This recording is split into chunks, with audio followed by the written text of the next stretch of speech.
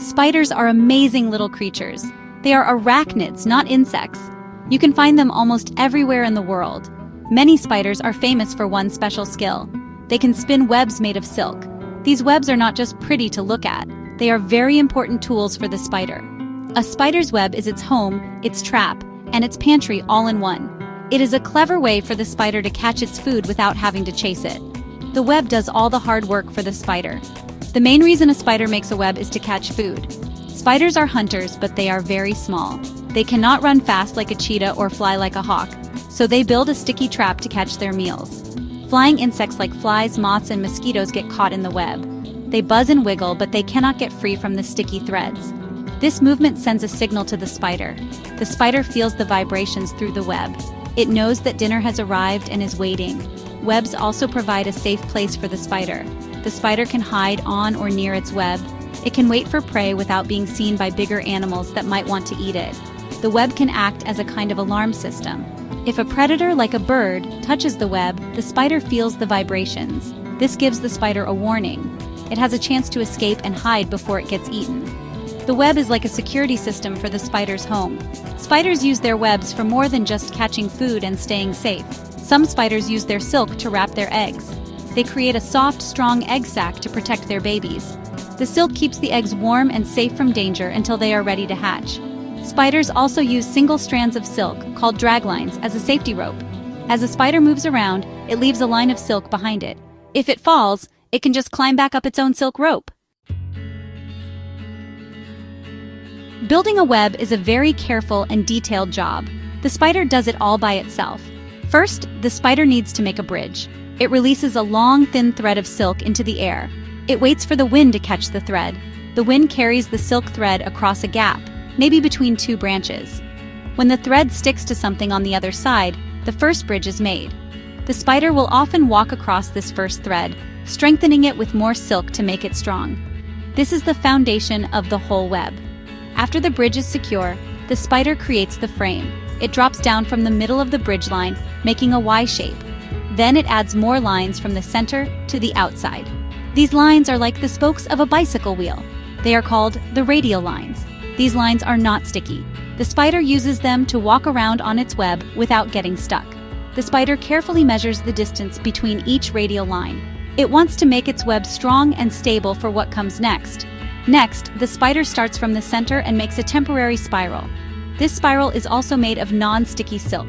It goes from the inside to the outside of the web. This temporary spiral helps to hold the radial lines in place.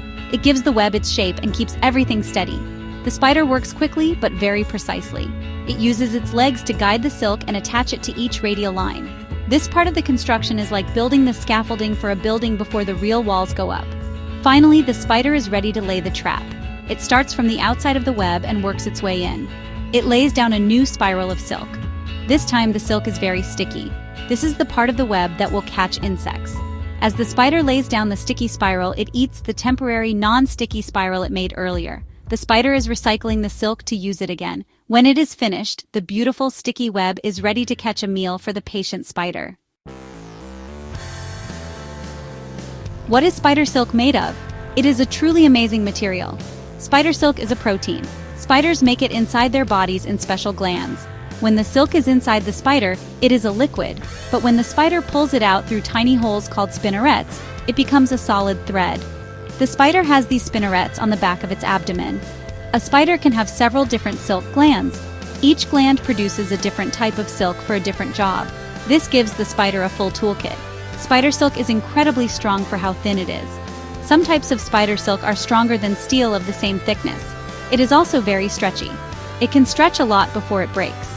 This combination of strength and stretchiness is what makes it so perfect for a web.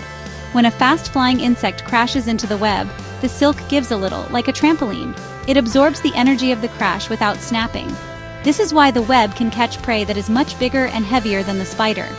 A spider can make many kinds of silk. It can make strong, dry silk for the frame and the radial lines of its web. This is the silk it walks on. It can also make very thin, sticky silk for the spiral part that catches insects. This capture silk is often coated with tiny droplets of a sticky glue. Some spiders can make a fluffy, woolly silk that tangles up insects instead of sticking to them. They also make a soft, smooth silk to wrap their eggs in a protective sac. Spiders are very smart about how they use their silk. They do not want to waste it. Making silk uses up a lot of the spider's energy and resources. That is why many spiders will eat their old or damaged webs. By eating the silk, they can recycle the proteins. They can use those proteins to make brand new silk for a fresh web the next day. This clever recycling means the spider always has enough material to build its important trap and home. It is a perfect system of reduce, reuse, and recycle. Not all spider webs look the same. The classic round web that many people think of is called an orb web. This is the type of web made by garden spiders and other orb weavers. It is a very efficient design for catching flying insects in open spaces. The circular shape with its sticky spiral is a perfect net. But there are many other kinds of spiders, and they build many other kinds of webs. Each type of web is designed for a different environment and a different way of hunting their prey. Some spiders build funnel webs. These webs are shaped like a cone or a funnel. The spider hides in the narrow part at the back of the funnel. The wide, open part of the web spreads out over the ground or in a bush. When an insect, like a beetle or a cricket, walks across the sheet of silk, the spider feels the vibrations. It rushes out from its hiding spot, grabs the insect, and pulls it back into the funnel to eat it. These webs are often found in dark, quiet corners, like in basements or under logs. Other spiders create tangle webs, which are also called cobwebs. These are the messy-looking webs you might find in the corner of a room. They do not have a clear shape or pattern. They are a three-dimensional jumble of sticky threads. Spiders like the common house spider build these webs. An insect that crawls or flies into the messy web gets tangled up in the threads. The spider, which is usually hanging upside down underneath the web, quickly moves in to capture its trapped prey. These webs are very important for a spider's survival. Without its web, a web-building spider would have a very hard time catching enough food to live. The web allows the spider to catch meals that are much larger and faster than it is. It is a strategy that has worked for millions of years. Here is a fun fact to end on. Some scientists have used the design of an orb web to help them create better nets for catching space junk that is orbiting the Earth.